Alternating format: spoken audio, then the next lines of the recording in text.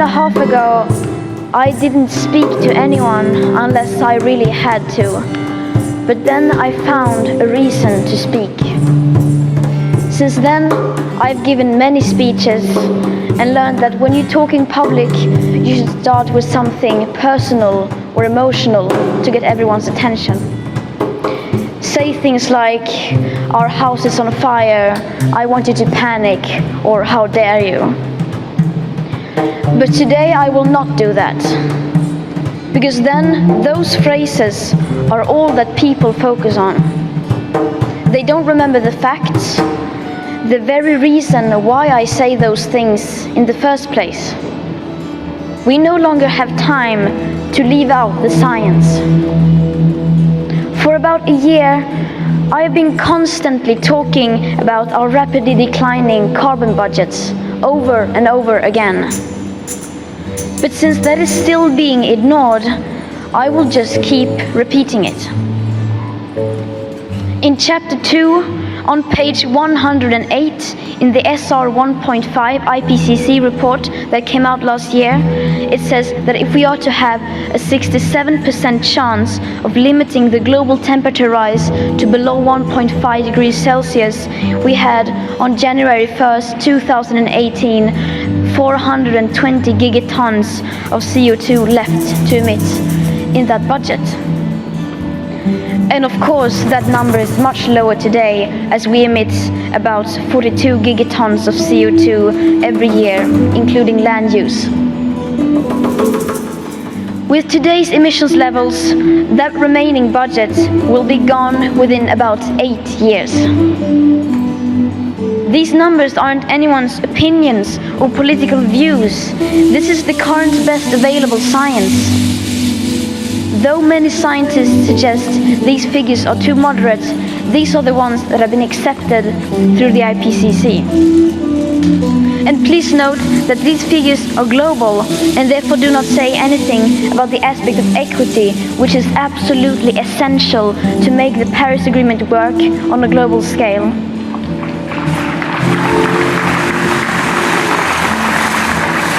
That means that richer countries need to do their fair share and get down to real zero emissions much faster, and then help poorer countries do the same, so people in less fortunate parts of the world can raise their living standards. These numbers also don't include most feedback loops, non-linear tipping points, or additional warming hidden by toxic air pollution. Most models assume, however, that future generations will somehow be able to suck hundreds of billions of tons of CO2 out of the air with technologies that do not exist in the scale required and maybe never will. The approximate 67% chance budget is the one with the highest odds given by the IPCC. And now we have less than 340 gigatons of CO2 left to emit in that budget to share fairly. And why is it so important to stay below 1.5 degrees? Because even at 1 degree, people are dying from the climate crisis.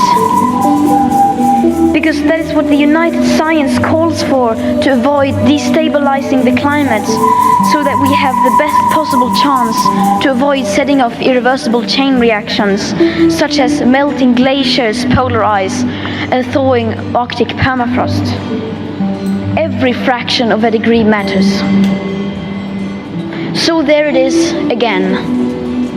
This is my message. This is what I want you to focus on. So please tell me, how do you react to these numbers without feeling at least some level of panic? How do you respond to the fact that basically nothing is being done about this without feeling the slightest bit of anger? And how do you communicate this without sounding alarmist? I would really like to know. Since the Paris Agreement, global banks have invested $1.9 trillion in fossil fuels. 100 companies are responsible for 71% of global emissions. The G20 countries account for almost 80% of total emissions. The richest 10% of the world's population produce half of our CO2 emissions, while the poorest 50% account for just 1/10. We indeed have some work to do, but some more than others. Recently, a handful of rich countries pledged to reduce their emissions of greenhouse gases by so and so many percent by this or that date, or to become climate neutral or net zero in so and so many years. This may sound impressive at first glance, but even though the intentions may be good, this is not leadership. This is not leading, this is misleading. Because most of these pledges do not include aviation, shipping, and imported and exported goods in consumption. They do, however, include the possibility of countries to offset their emissions elsewhere. These pledges don't include the immediate yearly reduction rates needed for wealthy countries, which is necessary to stay within the remaining tiny budget. Zero in 2050 means nothing if high emission continues even for a few years, then the remaining budget will be gone. Without seeing the full picture, we will not solve this crisis. Finding holistic solutions is what the COP should be all about. But instead, it seems to have turned into some kind of opportunity for countries to negotiate loopholes and to avoid raising their ambition.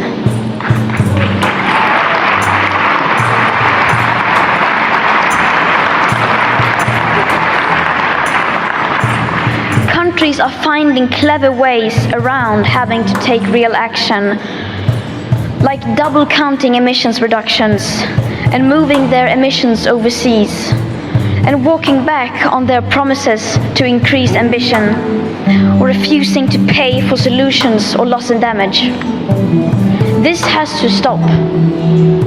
What we need is real drastic emission cuts at the source. But of course, just reducing emissions is not enough. Our greenhouse gas emissions has to stop.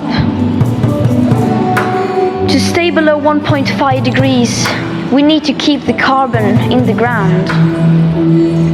Only setting up distant dates and saying things which give the impression of that action is underway will most likely do more harm than good, because the changes required are still nowhere in sight. The politics needed does not exist today, despite what you might hear from world leaders. And I still believe that the biggest danger is not inaction. The real danger is when politicians and CEOs are making it look like real action is happening when, in fact, almost nothing is being done apart from clever accounting and creative PR.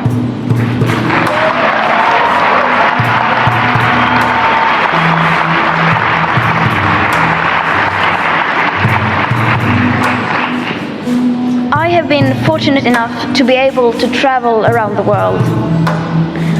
And my experience is that the lack of awareness is the same everywhere, not the least amongst those elected to lead us. There is no sense of urgency whatsoever. Our leaders are not behaving as if we were in an emergency.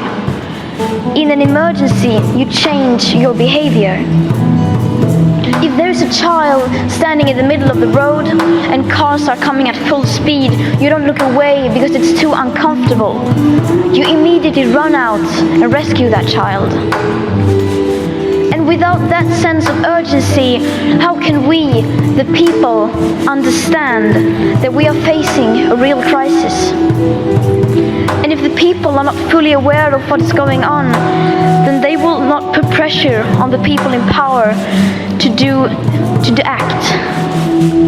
And And without pressure from the people, our leaders can get away with basically not doing anything, which is where we are now.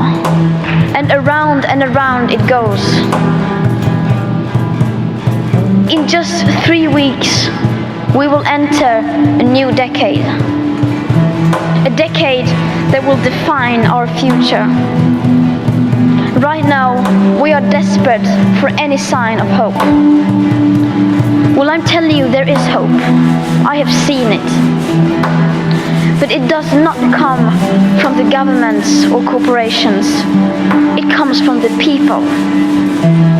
The people who have been unaware but are now starting to wake up. And once we become aware, we change. People can change.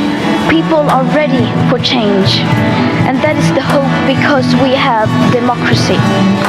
And democracy is happening all the time, not just on election day, but every second and every hour.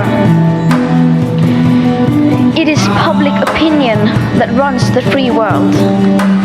In fact, every great change throughout history has come from the people. We do not have to wait. We can start the change right now. We, the people. Thank you.